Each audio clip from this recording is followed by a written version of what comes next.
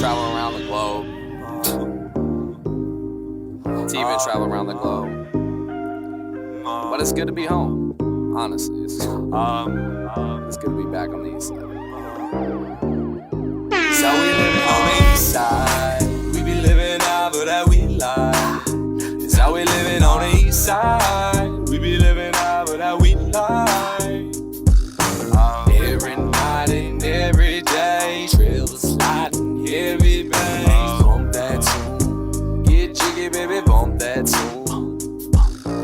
Every night and every day, trails sliding, heavy bass. Bump that tune, get jiggy, baby, bump that tune. Act like they know, but they don't. Just posted bail from Tyrone. 39 bust a left, Waldo Road. Just left jail, fuck ASO.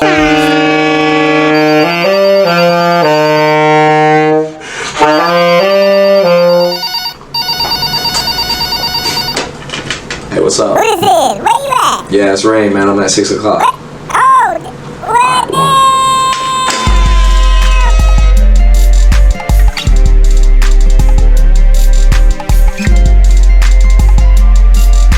And listen, man, the RapDen welcomes the one and only Rayn, man. We gotta give a round of applause to my boy Rayn, man, in the building, man. How you doing tonight, Rayn? Man, I'm doing better than I deserve, really. That's real. For those that don't know, how do you spell your name? Because I'm thinking R-A-I-N type shit. Rayn spelled backwards. Spell it for me. Rapper. Spell it for me, please. Not your average rapper. Not your, oh shit, N-Y-A-R.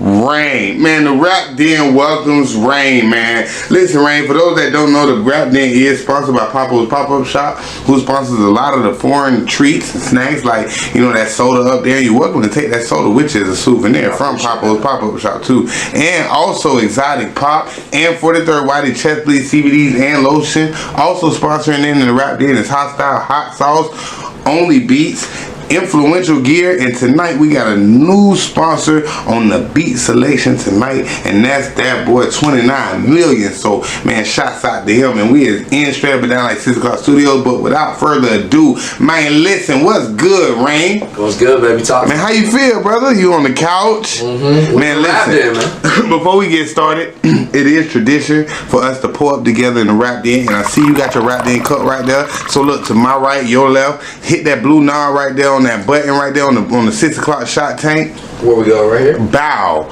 Hit that blue knob right there, and let's pour it together, my brother. Right. And let's get this interview started, man. It should be cold too, coming up out of that thing for you too, man. Let's get a little dosey-do, man. Let's get it in. So listen, Rayn, man, for those that don't know, man, where did you come up with the name Rayn? I ain't coming with the name Rayn. So I got the name Rayn back in like, what year? Let's say 2014.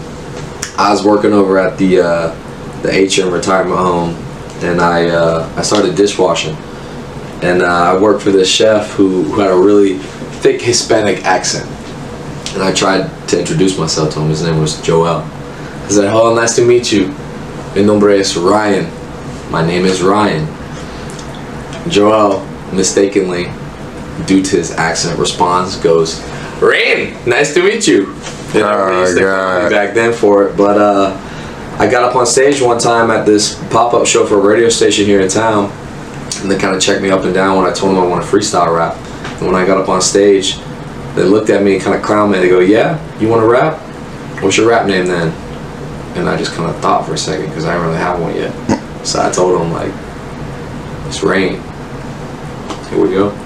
Okay, man. So listen, Ray, where you originally from? I'm from around here in Gainesville, Florida. You from Gainesville, Florida, born and raised? That's right. Man, that's real, man. So listen, man, what was life like for Rayn growing up in Gainesville, Florida, and why did Rayn decide to choose rapping as a career? So, and obviously instrument, saxon. You saxon the bitches in this rap. That's a whole nother story. But let's start off with the rap. Well, really how I grew up, man, I kind of had a silver spoon in my mouth, more or less. And, okay. I didn't really realize it at the time. You know, I came from a pretty well-off family, at least what I think. And, you know, at the end of the day, I feel like I took that for granted.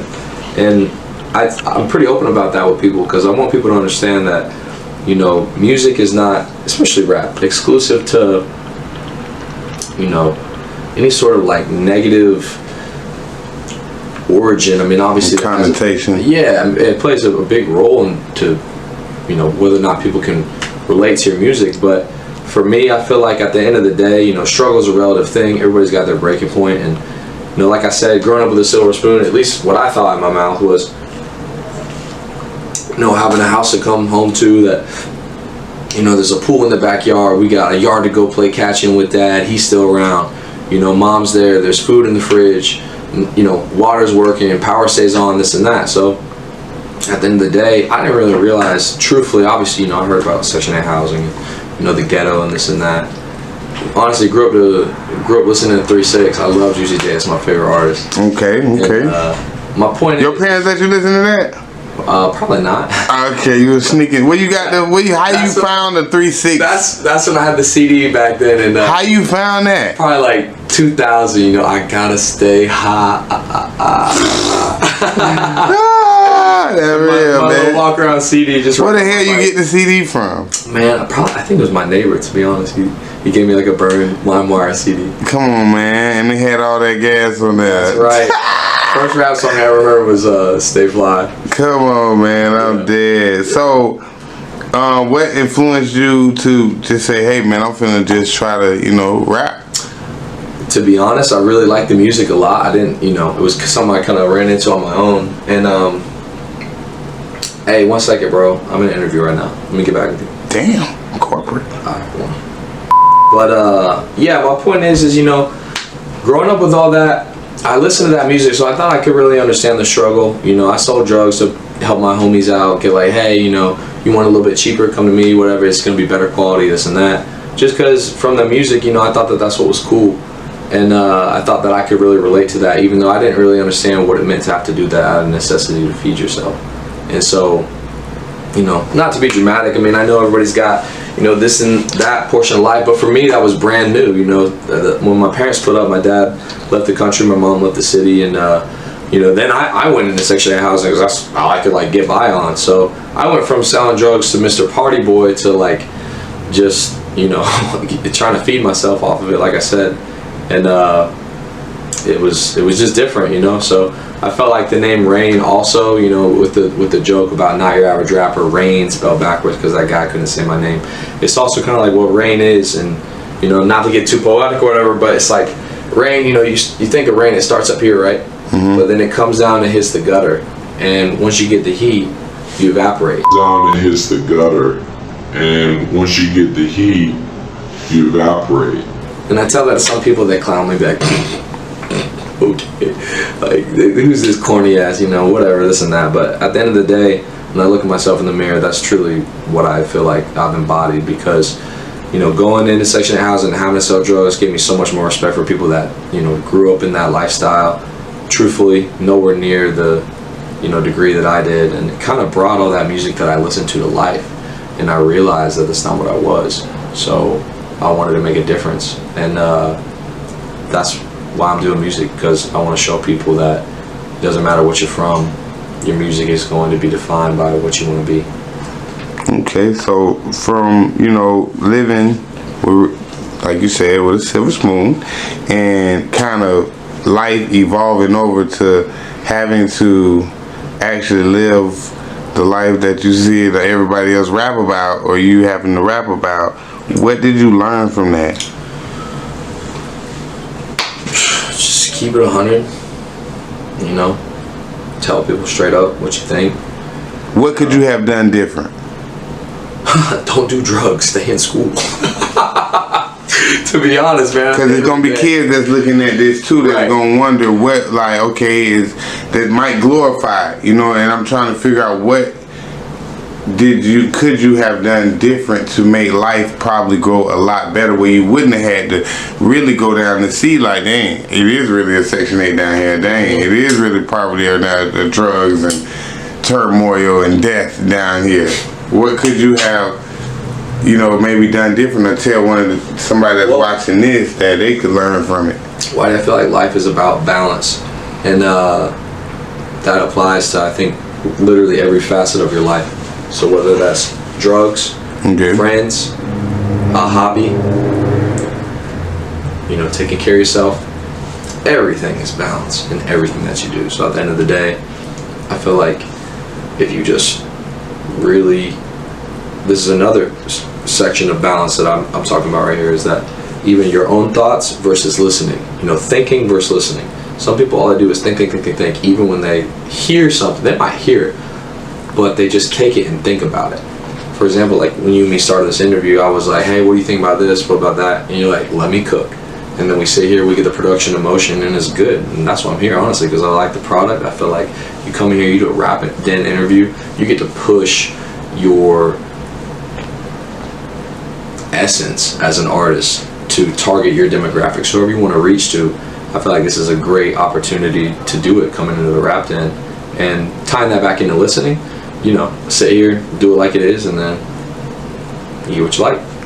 Yeah, real. What makes you different from, you know, other rappers that's rapping that maybe even share similar stories that you share right now? It was kind of like so variable. I was just thinking about the other day, like what rappers do I feel like I get influence from? You know, obviously I love Juicy J from 3-6, but really, if I'm just keeping it real, like I said, I love Drizzy Drake. Oh, Drakey? Yeah. Okay. Baby, you my everything. You all I have. Come on, well, you went way back. Man, you showing your age on this one. What?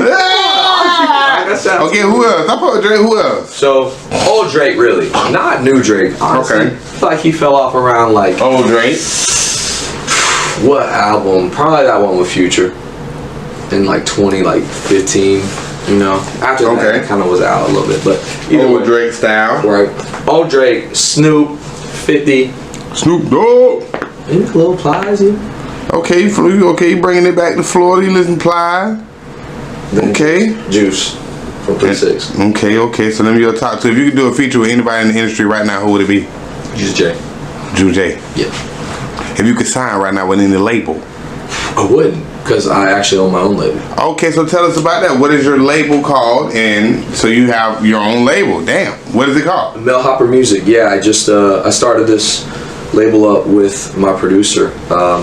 He was my childhood friend, and he got into film, so I had to cut him out. But now that I'm just out solo, I got a couple businesses actually, and that's what funds the label. And I just recently got back from Africa. Well, not too recently. It's been a couple months now, but I mean, last year was such a whirlwind. It feels like Africa. yesterday. What you doing in Africa, boy? In my country. I had to go to Marrakesh for breakfast, man.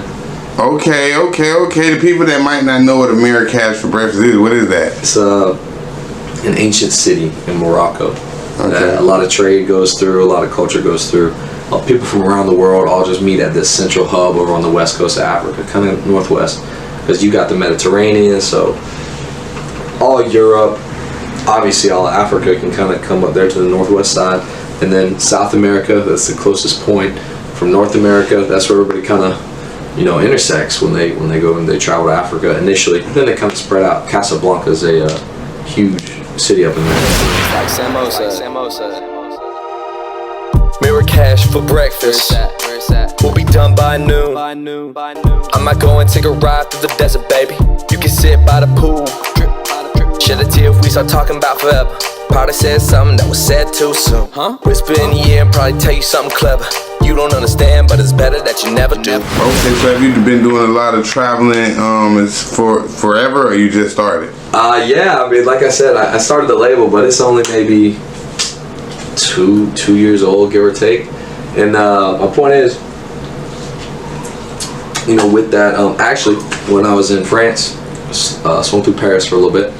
Got that little, I don't know, should we give him that little hand drop on that Never Enough Rayn remix? Yeah, man, we'll give him a little snippet of that thing, man. We're gonna even bring that bitch up on film, man. Call me if you need me. It seemed like only time y'all call is just to say feed me. And see how much I make, but not to see if I'm straight. I feed the streets, but as a live, feel like I only want my plate. So yeah, man, y'all seen that right there. So tell us a little bit. So how you even get a chance to even be going overseas and all this shit, and you're a local artist, and you run your own businesses, and what's going on? So really, you know, to come back full circle, basically, I realized, you know, after going to Section 8, I was in like that's not what I was cut from. So I wanted to get out. It's something I felt like I had to do, because even working a job as a dishwasher, they only give me 10 hours a week, and I go try and pick up other jobs. You know, I had a couple of rests, like I said, from being a party boy, you know, running around here doing this and that in Gainesville.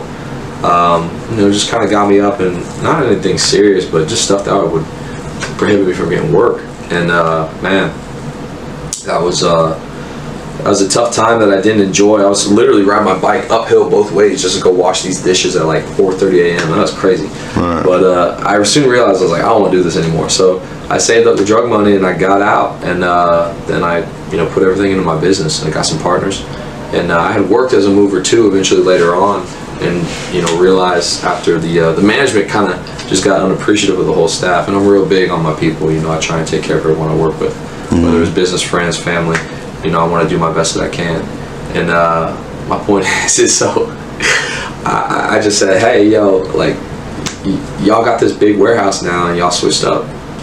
Everybody's still here busting their ass. It's the same people, you know, showing up right on time when you need them, and you're just like, there's like a wall. I mean, they literally put an office, closed doors, and made a physical wall. But even more than that, it was just how they got, you know, they just distanced themselves from everyone. And I get it, you know, there's business and there's friends, but at the end of the day, you know, part of business is taking care of your people like family. You don't want to treat them like friends. And at least that's how we work at Maverick. And so my point is yeah, once I left, everybody left, and they came to Maverick. And so we just kept growing Maverick, and then eventually started up another business. This guy got shot in his head here locally in town. Right. And, we picked him up. It was called the Gainesville Brew Bus. We gave this guy a ride. We took him to the hospital, and I had to carry. And then the news got a hold of this, but I had to carry this guy into the hospital in my arms. I walk in, laid him down in the little ER, or the building across from the ER, because I didn't even know where it was at the time. But I just brought him in the hospital, laid him down. I said, where y'all want him? I put him over here. So I came up to him, laid him down, because he had got shot in his foot, and he got like scooped in his skull. And so I came through, set him down, prayer over him, and then I was like, yo, I gotta slide. And they tried to get me to write all this and that. I gotta go. I don't know anything about any of that. I seen a man get shot. We're out. Let's go back a little bit with the Gainesville Brew Bus. Is that yours? Yeah, it's the second business that I started. Okay, and what is that exactly? Well, it serves as a multiple faceted outlet. We got our brewery tours. We're really popular for our nightlife. We're really popular for the Christmas light cruise, where that's kind of oriented for the kids. Basically what the brew bus is now, it's a double-decker bus with 2 floors built into it. And basically you just get on Snapchat at Gville Brew Bus, holler at us, and then we pull up. Spell it. Let's spell it. At Gville Brew Bus. Gville. Brew Bus. Somebody might gonna be like, how the fuck to spell it? So spell it, sir. GvilleBrewbus. God damn, somebody's spoon might have been got yellow. They can spell that motherfucker. So listen, man. So yeah, that's big, man. So you run the Gainesville Brew Bus. You got your own record label. Do you have artists under you?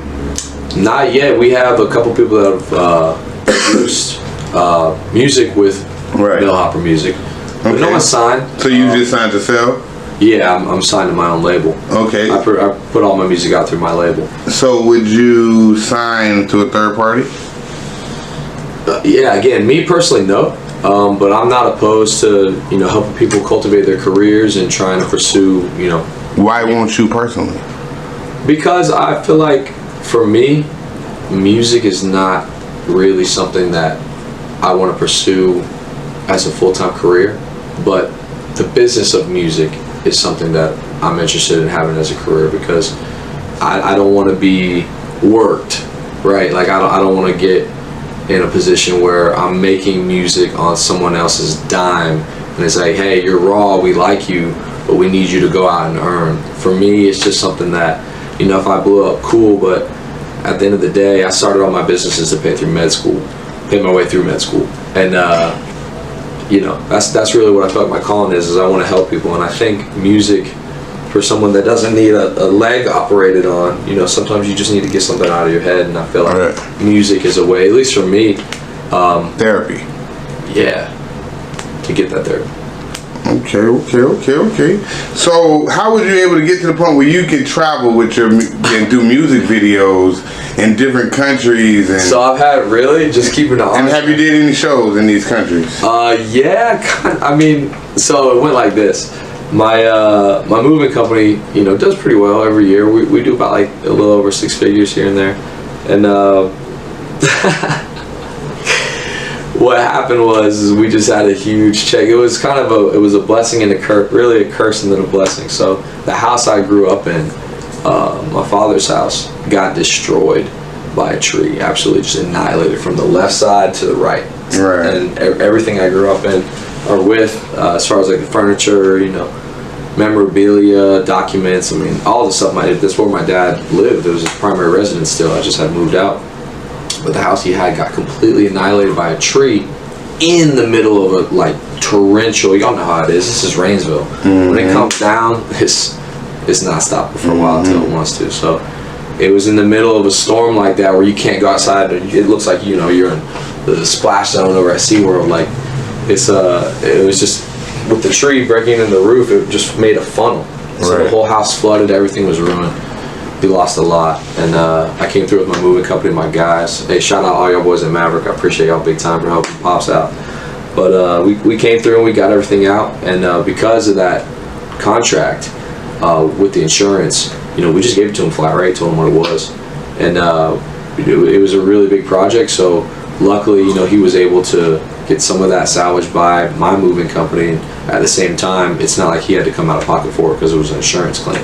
So he was able to come in, pay out, get reparation. He lost a lot. I mean, there's a lot of sentimental things, but at the end of the day, I feel like honestly why I say it's a blessing and a curse, because a lot of those things were memorabilia, but there was a lot of bad memories in that house and just the way everything went down and how the relationship was with my family. So that kind of pretty much helped you be able to get the budget to be able to go ahead and put this toward this travel. Right. So I the moving company was already established, but now I'm kind of sitting on this little buffer of change, right? And Maverick's already established. The phone rings, they call. There's only so much I need to do to invest in the business to have it grow anymore. So now, having gotten into music, I saw this as an opportunity to be like, you know what? I feel like if I want to say that I'm truly a record label owner, I gotta know what it takes and what it means to go be an artist and do this worldwide. And so I booked a flight with my producer and I. We hired a camera guy, and went all through Spain, went all through Africa. Well, at least y'all were just freelancing. Yeah. Oh, okay. They had us pull up at, we had Oasis resorts in the middle of the desert that I knew the owners, and they just let me come through. We had groups of women all in matching chalabas, which is like the local dress that they wear out there. In the pool, riding ATVs. How you felt? It felt great, man. It felt like, whoa, like this is something. I mean, how could you not enjoy it? Maybe if you don't like the limelight, okay, I get it. But for if you're that type of person that likes being around other people, to have that type of energy just surrounding you, like you walk up to this person in another country and they're like, hey, what are you doing here? I'm like, we're just traveling around the world making this music video. I mean, immediately everyone's like, yo, let me hear the song. Who are you? I mean, you travel, so you know. I definitely know, man. You're exotic, It just adds to, you know what I'm saying? Right. Let's talk about a little bit about the music. What type of music do you make? And is your music gravitated towards in Gainesville? Who is it in Gainesville, or is it gravitated towards Gainesville? Is it gravitated Absolutely. And what type of music do you make?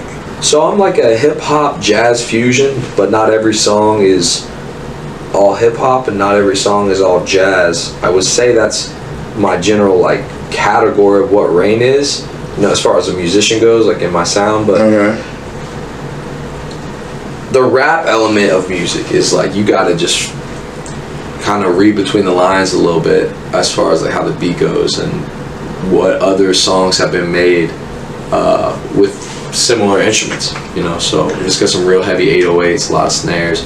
You might think of like, I don't know, Beethoven type shit, and like the violins coming in at the beginning, or you got the West Coast, which is a little bit more of like the synthesizer. Put your music in that cup that you're sipping out of right now. What would you say it'd be called? Nectar. Nectar. When you in the lab and you dropping, what's the Rayn's in studio starter kit? What do you need to get in that bed to drop that gas, and what's the vibes? What type beats? What's the beat selection? Are you working with any producers? Like, what's the vibe, man? What's the starter kit, right? Like I said, man. I mean, to drop gas first, you gotta get some gas. So always we pick up some gas. Typically, I say I'm pretty, like 10 for 10 on studio sessions. A, B, it's hit or miss, man. If I'm really working hard and I feel just overwhelmed with how much work I got coming up, I'll get to something that's a little bit more melodic and low key, baby. Okay. So you do a little harmonizer singing, you do a little singing? Right, a little harmonizer, a little singing here and then. Like I said, that old good Drake. And then, sometimes I just want to get lit, right? And so I'll just come in on the track with something real hype. Like I said, that Juicy J, turn up, hey. So when do you introduce the saxophone? Like, cause I see you brought the saxophone. Like, when did that come into play? What the fuck going on with the sax? Man, I'll be honest. This is just a crazy whim purchase. I got the what you call it? We trying to light up? Throw it. Okay. All right, go ahead. I bought that thing off of whim on Facebook Marketplace. I heard that song, "Careless Whisper" by George Michaels. I said, damn. I need to learn how to play that. I'm gonna go get a sax. And so I went out, hit the guy up, said, hey. Well, you just said it just like that. Yeah, literally. And I went out, caught the sax. And I came home probably like 2 a.m. at this place I was staying. And my cousin was in town. I was working with him at my moving company. And so we were just the only ones in the house. And like I said, he was living with me. And I was downstairs. I came in and just started playing. He ran out. I said, what the hell is that? And it sounded so bad. I don't even know how to play that awfully anymore. Not that I'm not raw, but like when I first came home with the sax, it sounded that awful. I just can't even make that terrible of a sound anymore. Right. But my point is, I was horrific at first. Not again saying that I'm all that great, but I stuck with it. I used to take my truck and I would ride out to Payne's Prairie. And I just kept playing and kept playing, and I didn't know, obviously when you hear music, saxophone comes in, it's a sensational, really high frequency thing that you hear. It's not just like a recurring, drum. It's just sax like flows. It just kind of goes whatever it wants.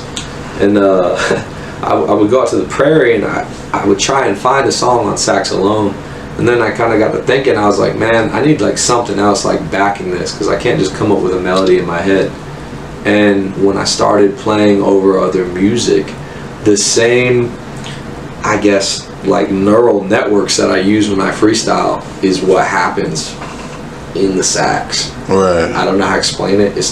I'm not speaking words like into this, but just that same on the spot, feel the beat, kind of catch a melody, release. Did you have to learn breathing techniques and all that? Like I said, I wrote. No YouTube tutorials? Nothing. Well, for some already like pre-existing songs, right, I would go look those up. But all my music, I just throw on the instrumental and hop on. So your typical go-to when you're in the studio is a pen and a pad, or your typical go-to in the studio is a pen and a pad, or do you freestyle? Well, it depends. When I'm at Middle Hopper, I'll freestyle because, I got all the time I want. But when I go to other studios, sometimes, even then, if it's a small verse, I'll probably, just play it by ear. Like I said, just a quick little 16. I'll freestyle that. But if it's a whole song, typically I'll write it down. Okay. So basically, do you freestyle a lot? You do freestyle a lot. I'm not even gonna act like I'm green. The studio, man, you freestyle every day. So you're always trying to sharpen your skills. Did you know that on the RapDen that we have an on the spot freestyle section where we drop a beat and we try to see if you really got skills like you say you do? Whoa. Are you scared? How convenient. Are you scared? I said how convenient. Man, why would I be scared? I ain't gonna waste time then. This right here is from my boy, 29 Millions. Listen, man, sponsoring in. We is right now with Rayn in the RapDen in the on the spot freestyle segment. Let's see if this boy got parts like he talking about. He'll go in there and do what he do. Well, let's see it. Fat mouth. Let's go. Let's go. Fat mouth, but she still biting. Feeling all, no, I ain't buying. I ain't really about that business sex, ate house for a little while, then I thought about flying. Took it up to the top, let it drop like she do. And she do it so nice, Rayn. But they call me Rayn sometimes. 24/7, 365, Make sure you I ain't lying. Ain't Spoke the blunt back up in this fire. All day, damn night. I ain't gotta get higher. Like a 3-6 bumpy song. Rapping up the top of the head all night. Go up, down, shit like that. Pogo stick. I see you in the crowd. All come out, hoes going round. Beach balls up and down, up and down. Having fun right now in the crowd. Everybody looking at me and they getting wild. On the stage with the sax. Matter of fact, do something that's new to the RapDen. Hit it with the sax. Damn, you gonna do something new in the rap then? With the blunt in your mouth? Oh, he snapped. Put the blunt in my mouth, ripping the sax like that. I got a little piece. Why they always want to funny? Because I don't know how to roll all these rubber leaves. It's all straight, got the white papers. Go to Africa and they still got white haters. I don't really get why they say all this shit. They don't really know how to say Rayn. Call me nigga. God damn, Rayn. You got that snag again? Man, listen, Rayn, man. God damn, why you snot like that on this bitch like that, my boy? Why you snot like that, bro? You snot so hard you cut the whole goddamn building off. Hey, not your average rapper. Man, that's real, man. Listen, man, like I said, man, we got that boy Rayn in the building. Hiphop music crew. Hiphop music crew, my man. So, Rayn, let me ask you a question, bro. If you could tell your younger rapper self something, because how long you say you been doing music? Putting music out or just you're doing it around? Doing it. I would, man, I would rap in like 5th or 6th grade. Okay. Since you've been doing music, what would you tell your younger self now? Music's awesome, and don't look at it like it's weird to make it for yourself. Like as a kid, I thought music was so weird. I thought only weird ass people made music, and then I realized I'm pretty weird. So I started making music. What lessons have you learned since you've been doing music about this industry? There's no friends.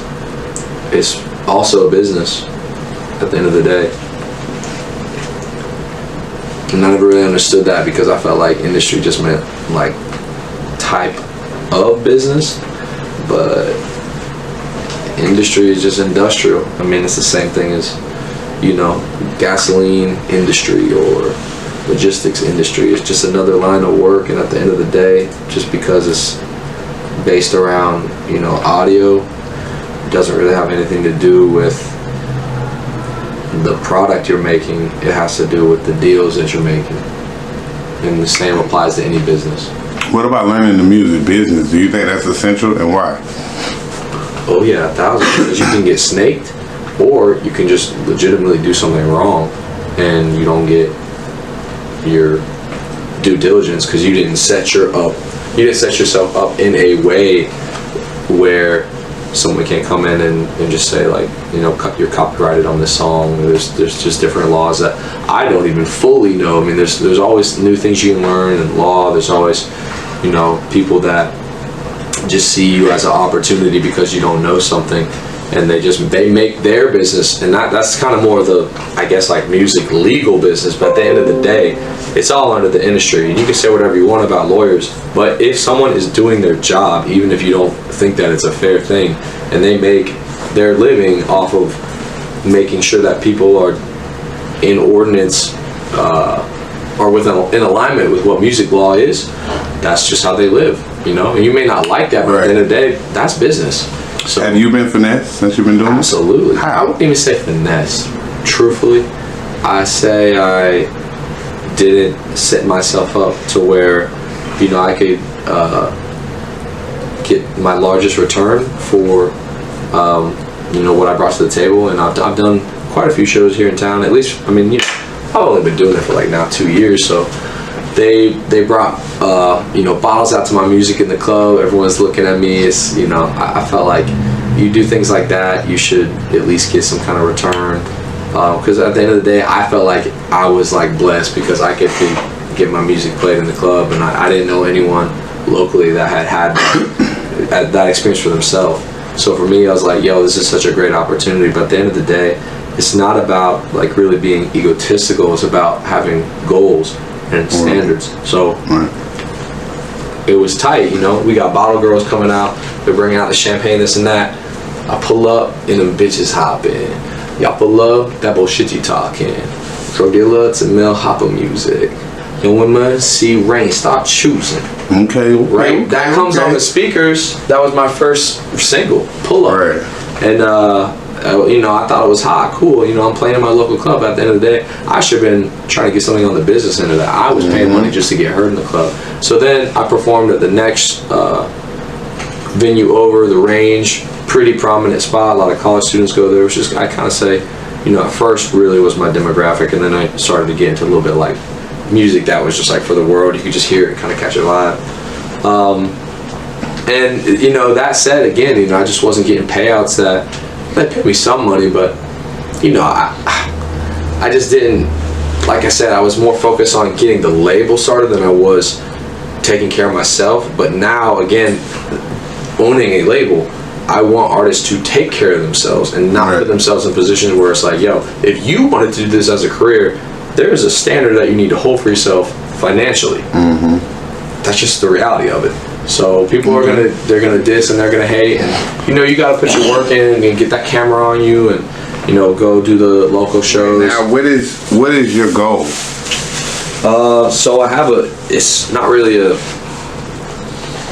progress goal as much as it is like a quantity goal. So again, you know, having a record label and being in the business side of music, what I wanted to do was in the same way I ran my moving company.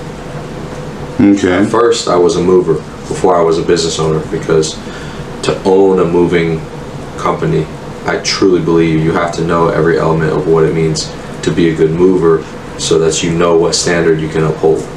So that said, I felt like the recipe for respecting myself as a legitimate artist was to have 100 songs. It didn't matter if it was with albums or singles, what have you. 100 songs and 20 music videos of those 100 songs that I released. And then I would just kind of back off and focus full swing on, you know, growing Mill Hopper Music as a business in and of itself. That's my goals. Okay, what can we be looking forward to in the upcoming future from Rayn? Any shows, deals? What you got going? Of those 20 music videos, I've been here and there. Okay. And I have had quite the year 2023.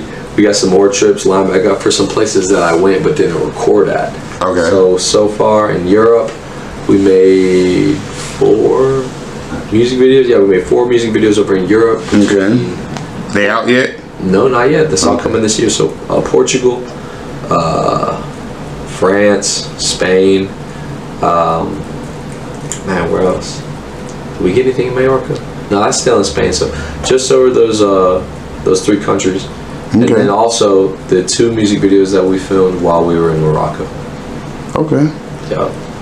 That's big. That's big. So that's what's coming out. You got videos coming out. Anything else? Any albums? Any shows? Man, I couldn't tell you really. I gotta play it by ear as far as any more album releases go. But it's gonna be a lot of singles, a lot of music video, a lot of videography coming out, and maybe some new artists popping up around Mill Hopper Music sometime in the near future. Okay. Well, listen, where can the people follow your music at? Like, starting with your Instagram. Oh, well, so that's the other thing. If you produce through Mill Hopper Music and release your music, we make sure we get you on every platform out there. It's real simple. You know, you can do it for yourself, but because we have the studio package with DistroKid, it's a one-stop shop. You don't want to have to deal with, oh, what's my password? Oh, I got to make sure that I still got my streaming rights renewed, whatever, this and that. Right. You go through Mill Hopper Music, we handle everything for you, and it's just a one-stop package. You know, you can reach out to me for the price and we'll get you right. And are you much it in a nutshell. Are you doing a signing bonus? Nah, we're not really signing anybody. Really, the packages that we offer with Mill Hopper Music is to just get your music out there on platforms, help you compose a song, get you videography, get you some shows lined up in pretty prominent venues.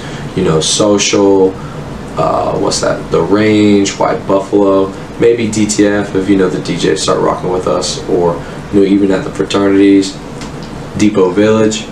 Okay. And actually, I got in the college scene. Well, nah, cause I got a new spot. Okay. And we're open to anybody. All right. What's it called? It's called the Space Bar.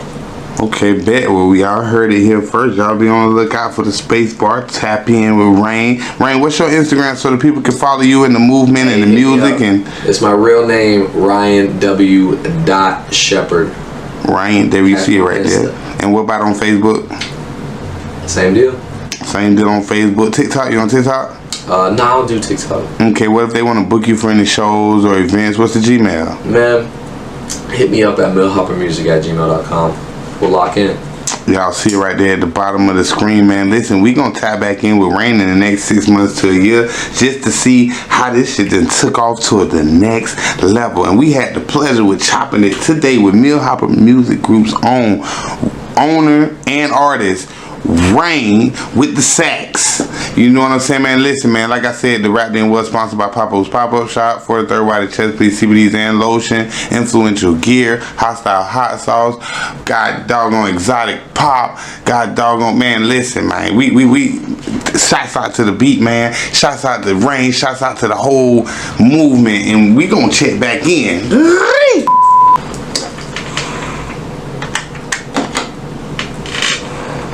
Hey, what's good? It's Rayn, baby. I'm out. One. That rapper we need solder.